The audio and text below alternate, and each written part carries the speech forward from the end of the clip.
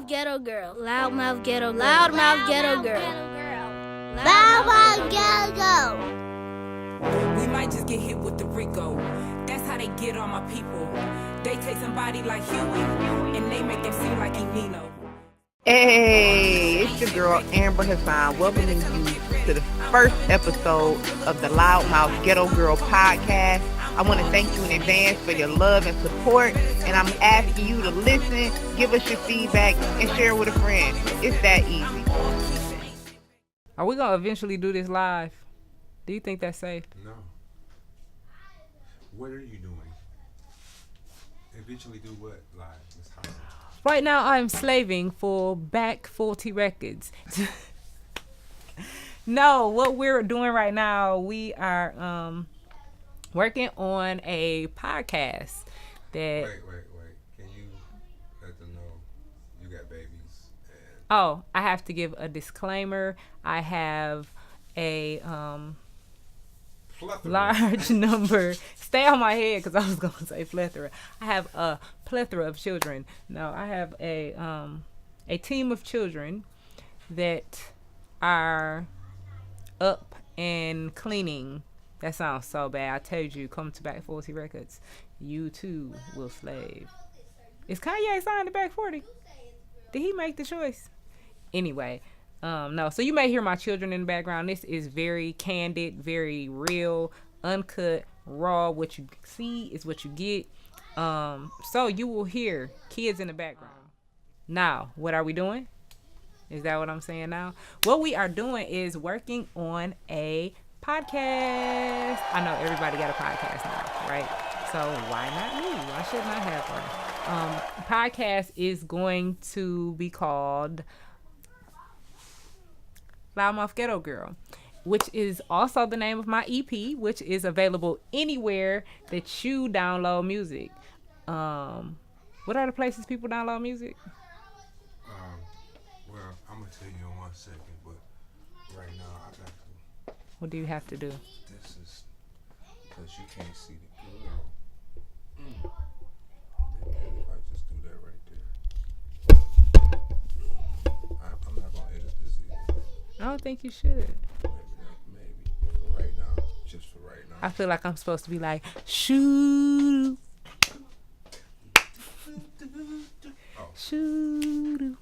Okay, move your face out the way. Oh, my bad. Damn. So, There you go. Loudmouth Ghetto Girl. That's the name of the EP. Check it out. I think it was a dope project. I really had a great time working on it. Shout out to my son, OG times 3, my main producer, and also to Kurt Green. He produced one of the tracks on there as well. So shout out to both of them. And check the EP out. You know, hit me up. Let me know what you think. If you love it, great. If you don't love it, I hope you bought it. So that's pretty much, you know, what we're working on. And this podcast is just going to explore the world from the vantage point of a loudmouth ghetto girl.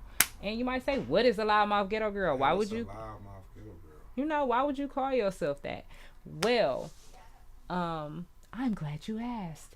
So, no, the world often puts people in boxes of what they think that people should be. And then once they put you in that box, they will sometimes make the things that make up that box seem like they are wrong or bad, especially when you are a black woman. We are sometimes called loud. We're called ghetto. We're called girl. A lot of times with our grown asses, we call girls. So why not own those things? Why not use those things to empower myself and to be just the authentic person that I am without having to worry about if I fit into, you know, what's seen is okay. I turned my white voice off. I am no longer, this will be my English voice. And I just think, you know, we all have a bad English accent. That's what we all speak in. But no, I'm tired of being, you know, the Becky voice. I'm not going to be answering my phone like, hey, how are you doing? Yeah, this is Amber. Great. No problem. So I can get a job. Like, it shouldn't even be that way. You should be able to be who you are and still be professional, and still get your stuff done. So that is what being a loudmouth ghetto girl is all about. It's being your authentic self without trying to hide it behind all of the crap you've been told you're supposed to hide it behind. And what are we gonna talk about? Everything. What you gonna talk about? Everything. We're going to talk about money. We're going to talk about relationships. We're going to talk about my badass kids. We're going to talk about parenting, business, sports, entertainment, politics, definitely food, water and the issues surrounding water. We're going to talk about music, art. Whatever. Oh, polygamy and polygyny. We're going to talk about that. You might want to tune in to catch, little sprinkles of that. I heard you got a blog on that already. I already have a blog on that, and you can check it out at amberhasan.blogspot.com. So check that out. Let me know what you think. It's called Confessions of a Co-Wife. I will be posting another one tomorrow, Saturday, I think. Yeah, I'm gonna try to post one once a week. So Saturday. So check it out. I've been getting really good feedback from it, really positive, and I just want to, help people be able to express who they are, how they are, show their gifts to the world. And so I want to just invite people that I think are doing dope things, give them a platform, work with other like-minded individuals with businesses. So if you want to sponsor us, let us know. And we just, I want to spread the message of, authenticity, of just being who you are and not having to worry about if it fits into anyone else's limited view of what you should be. So that's kind of what Loudmouth Ghetto Girl, the blog, the podcast, the EP, just that's what it's all about.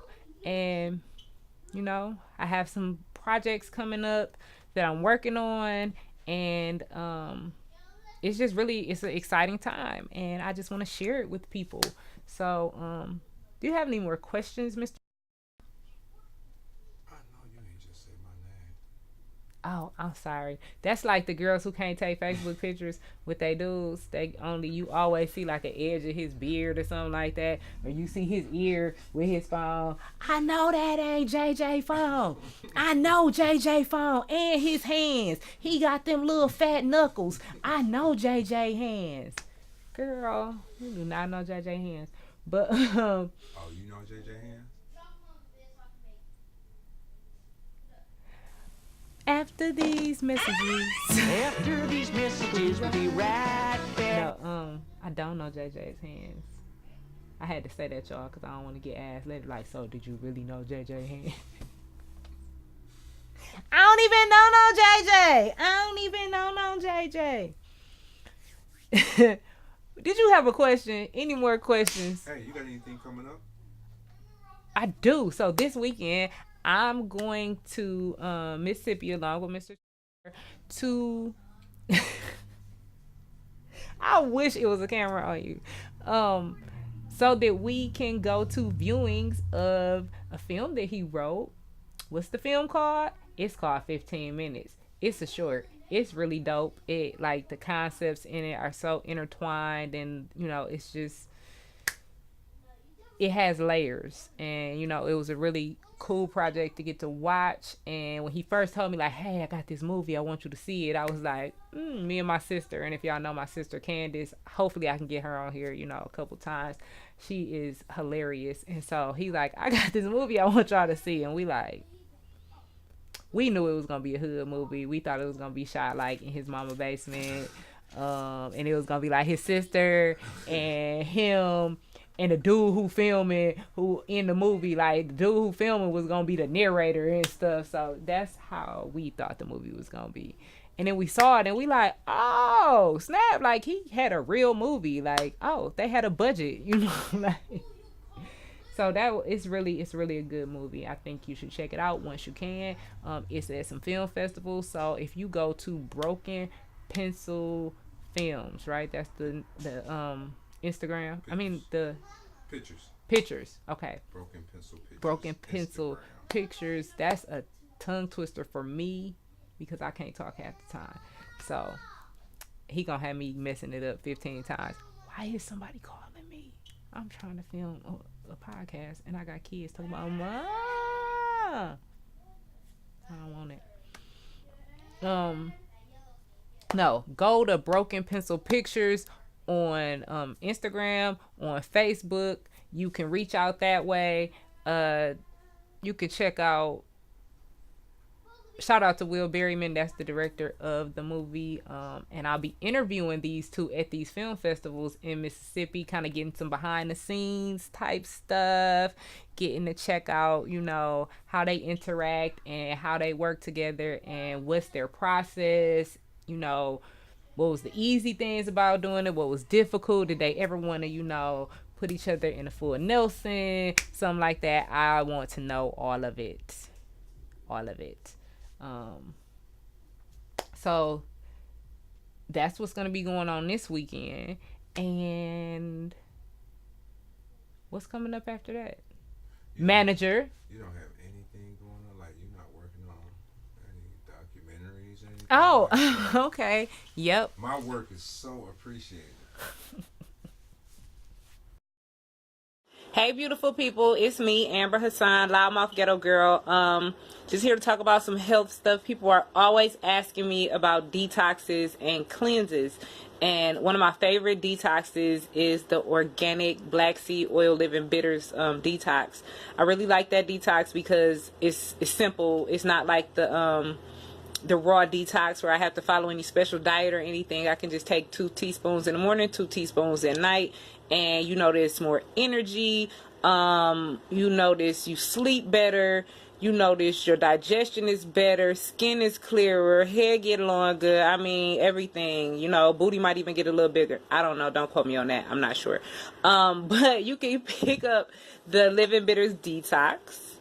Only $25, and you can get it at the oil shop, 5014 North Saginaw, 1 block south of Pearson Road. I had to think south, north, I don't know. But come holler at us. Check it out.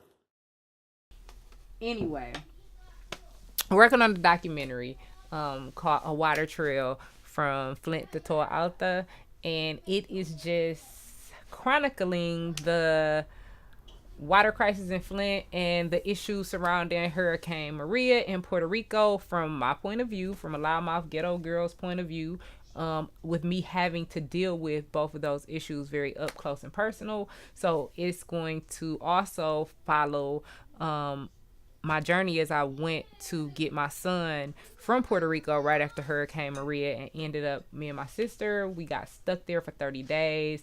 And it was just a life-changing experience. It gave me new insight into everything. It just changed my view of really, the world. And so it's us doing that, and then doing work in Flint along with, with the water crisis. You got to edit that out, because I had a moment right there where I was trying to think of what I was going to say, and I was still talking, and it had got mumbly in that joint. So You'll blow up. Wouldn't I? They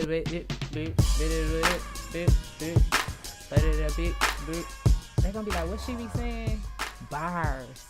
Fire. They gonna put the little fire emoji. 3 of them. You gotta put 3.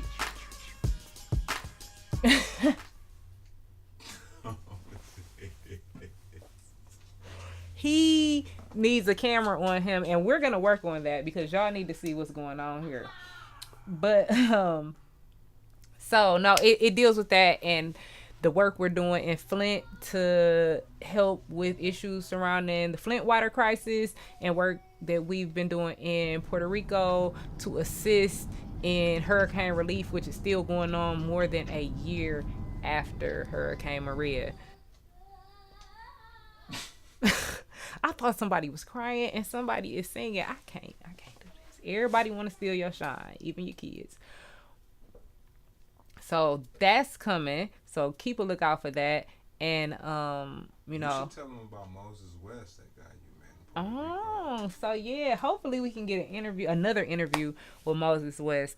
Moses West, if you haven't heard of him, go check him out. He created a water, a system where you basically can get water from the air, like pure drinking water. And these, like instant, and like we saw it in action. We got to help, do some different things with it. We saw it in Vieques, Puerto Rico. And he was supplying, I think, more than 40% of that island. Yeah, like a third of that island with clean drinking water with one machine. And was it the Army? He wasn't Marines? No, I think he was Army. But he was supplying, the military and I think police as well on Vieques with water from this one machine that he created, a black man. You know what I'm saying? So it was wonderful, like, to meet him. He was a very interesting guy. He had a lot of scientific knowledge and insight into how we can help, rid the world really of issues pertaining to water. So that nobody has to go without safe drinking water. And he's trying to get government agencies and municipalities to buy these systems. But to be real, they don't want that. That's taking money out of their pocket. So, and the machines, what did he say they cost? That one we saw was like 300. So that one we saw was like 300,000. Man, it's rappers who buy cars for 300,000. You know what I'm saying? Like easy. So that's not a huge number. So that's like a doable thing, and it can change people's lives. It can make it to where people aren't being oppressed by environmental issues. So big up to Moses West. Check out do you remember the name? I'm bad with names, y'all, so I'm gonna be asking him all the time. Do you remember the name of his organization that he works with? So on the on the podcast, you'll see that pop across the screen that we're going to add that. But it was really an honor to meet Moses West, and hope to work with him again soon. He's trying to get those systems to Flint. He's been working on that diligently. Hopefully he can make that happen. I appreciate, everything he's doing just around the world. Water Rescue Foundation. The Water Rescue Foundation. So y'all can check them out. I know you can donate to them. And I think you can donate for specific areas, or specific people who are trying to get the systems. So go check that out, please, if you can help. Please. Also, when we were in Puerto Rico, we worked with Black Flag Search and Rescue. Shout out Jana, shout out Eddie. And they were just on the ground, like real grassroots, helping out like wherever help was needed. Everybody knew them. We even went to the largest residential homes with 127 units in San Juan. They said that other than us coming to help out, that only the National Guard had been there. So there are people who are being overlooked, and there are people who are not being serviced, and people who, because of where they live or their socioeconomic background, they're not getting the assistance. So don't believe everything you see on TV. There are still people right now in Puerto Rico who need help. So, and in Flint who need help. And shout out to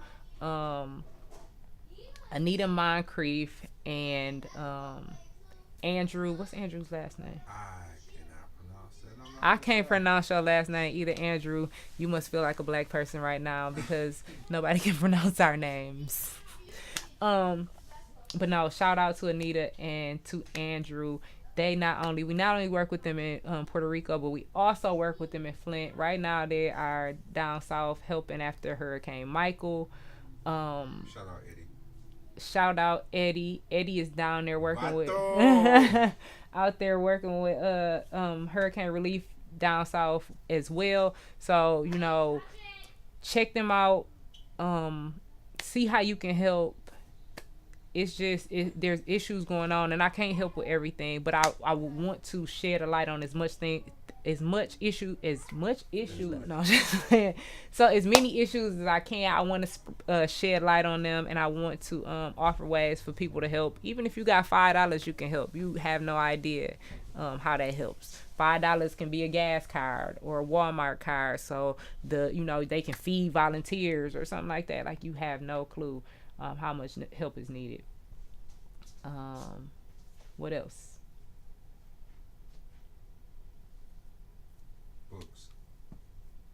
Oh, so working on a few books, working on a multimedia project with a photographer, Richard Lens. Shout out our Lens out of Harlem. Well, he's not originally from Harlem. He's from Ain't from Harlem, Baltimore, son. right? Yo, he ain't from the block. He from Baltimore, right? I think he's from Baltimore, and I think he grew up in Baltimore, but he resides in Harlem right now. He opened his house up to us, like invited us in. We crazy enough to go, and boom, we ended up working on a very, very cool collaboration that's gonna have so many different elements. And I don't want to. So we met Richard at Gavin Brown Enterprises.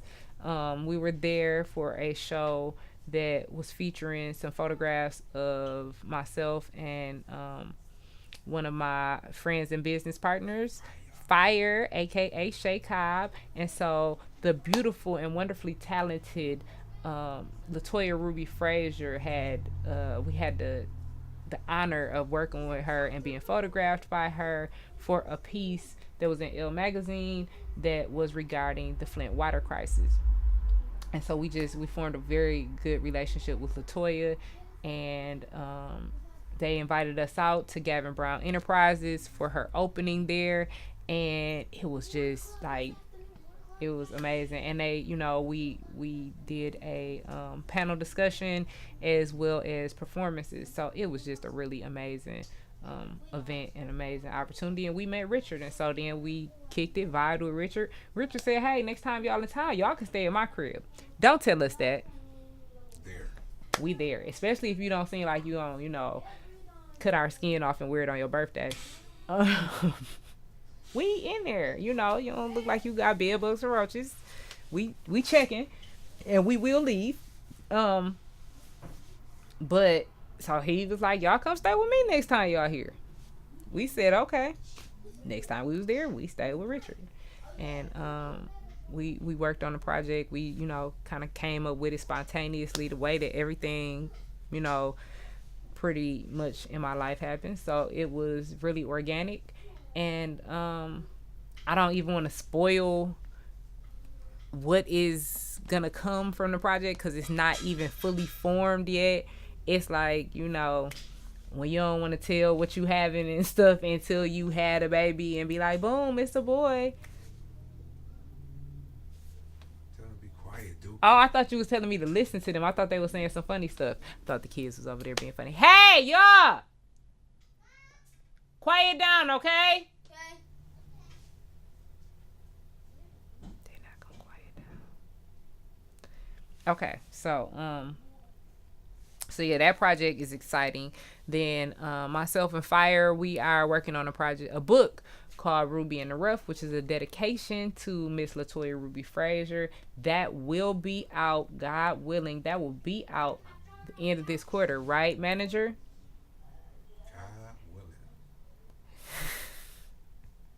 That means maybe not. No, I'm just saying. No, so that book, and it's really exciting because we got to express our gratitude and our love and sisterhood and all of that in an artistic format. So that's really cool, and I'm really excited about that. And then I have a book that I wrote myself that is supposed to be coming out. It's going to be my second book of poetry, and it is called, did I just lose the name of my book? fighting for Eve's innocence. Because, you know, a lot of people believe the story that it was Eve fault that mankind is the poop show that it is right now. And, you know, I feel like as a woman, Obviously, Trump's fault. We don't have obviously. So, no, as a woman, I just feel like that's kind of what we are always doing, like fighting for Eve's innocence. We always, you know, trying to battle that stigma that we're the downfall of mankind. That's my work that I'm dedicating myself to. Not really. I got, you know, more intricate stuff I'm working on in life, like just being a better person. Did you just make the boo face? He just made it like... So, me being the diva that I am, which really means somebody else being the diva that they are, was like, the lighting ain't right. It looked good to me. I still thought I looked nice. I thought that everything was cool. But, Wait, how I say it again? you said,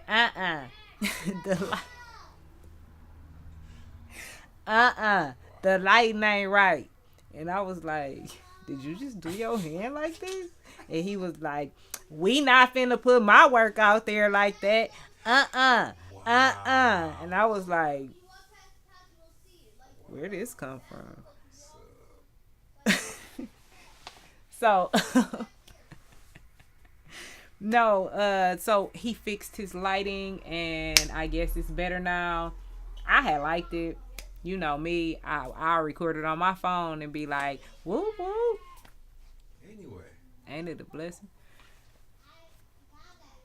And that is the Loudmouth Ghetto Girl Show. That's how the show goes. Just a minute ago, we was talking about, you know, volunteering and, you know, environmental oppression. And then it ends on, ain't it a blessing? Thanks for coming out.